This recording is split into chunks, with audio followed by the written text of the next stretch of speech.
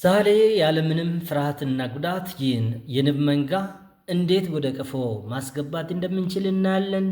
ተመልከቱ፣ ይህ መንጋ አዲሱን ቤት ተቀብሏል። ይህን በስኬት ለመጨረስ የአሰራር ሂደት አሁን በዝርዝር አሳያችኋለሁ። እስከ መጨረሻ ከኔ ጋር ሁኑ።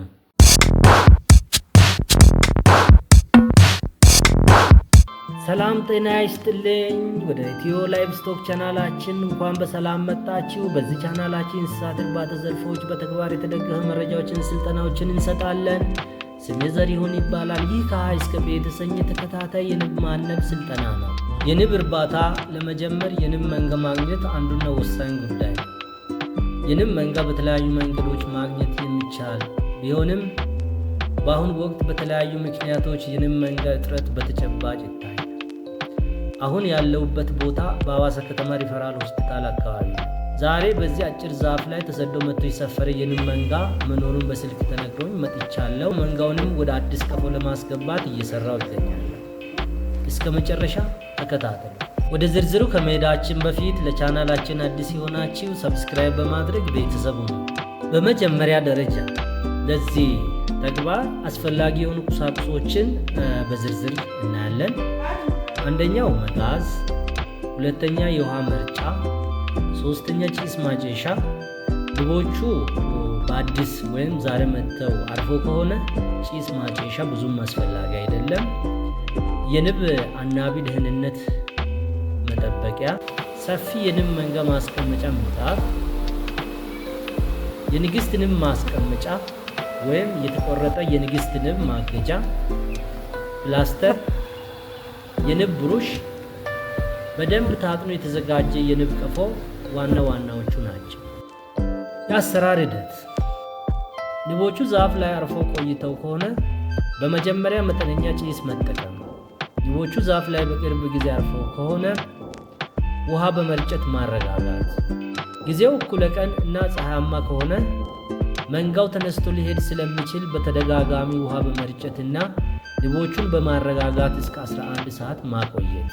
ከሰዓት በኋላ መልሶ ውሃ በመርጨት ንቦች ያረፉበትን ቅርንጫፍ በመጋዝ መቁረጥ።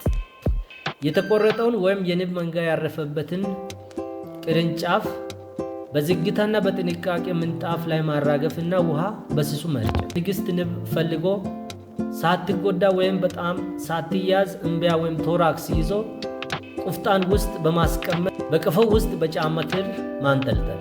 ከዚህ በኋላ ሁሉም ንቦች የንግስት ሽታ እየፈለጉ ወደ ቀፎ ይገባሉ። ንቦች ከገቡ በኋላ ቀፎውን በአግባቡ መክደን።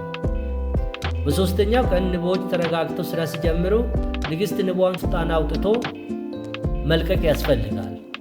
ንግስት ንብ መለየት የማንችል ወይም መሽቶ ከሆነ ቀፎ በዳገታማ ጫፍ በማስቀመጥ ንቦቹን ብሩሽ ተጠቅሞ እየገፉ ወደ ቀፎ መመለስና ቀፎን በአግባቡ ከድን የንብ መውጫ ለ3 ቀናት በተቆረጠ የንግስት ንብ ማገጃ በፕላስተር መዝጋት። ይህም ሰራተኛ ንቦች ብቻ ያሳልፋል። የንግስት ንብ ስለማትወጣ ሰራተኛ ንቦች ተረጋግተው ስራ ይጀምራሉ ማለት ነው። በመጨረሻም ቀፎውን አንስቶ ተገቢ ቦታ ማስቀመጥና ለ5 ቀናት ተጨማሪ መኖ ወይም ስኳር በውሃ እያቀጠኑ መስጠት ያስፈልጋል። ንቦቹ ተመልሰው ሊወጡ ስለሚችሉ ስራ እስከሚጀምሩ ድረስ ክትትል ማድረግ በጣም አስፈላጊ ነው። በተለይ ንግስት ንብ በስህተት ሳትገባ ከቀረች ንቦች ጥለው ስለሚወጡ ክትትል ማድረግ ያስፈልጋል። ሰራተኛ ንቦች በእግራቸው የንብ ዱቄት ይዘው መምጣት ከጀመሩ ንቦቹ ተረጋግተው ስራ ጀምረዋል ማለት ነው። ስለዚህ የንግስት ንብ ማገጃ ማንሳት ያስፈልጋል። እንግዲህ ለንብ እርባታ ፍላጎት ያላችሁ በከፊል ወይም በሙሉ ዑደት ምክንያት ተሰዶ የተገኘውን የንብ መንጋ ለመውሰድና ቀፎ ውስጥ አስገብተን ለመጠቀም ይህን አጭር ቪዲዮ ትልቅ እውቀትና ክህሎት የሚያስጨብጥ በመሆኑ ያያችሁትን ተግባራዊ አድርጉ። ውድ የቻናላችን ቤተሰቦች የንብ እርባታ ለመጀመር የንብ መንጋ ማግኘት በጣም አስፈላጊ በመሆኑ አዲስ የንብ መንጋ ወስደን እንዴት መጠቀም እንደምንችል በዚህ ቪዲዮ በዝርዝር አይተናል።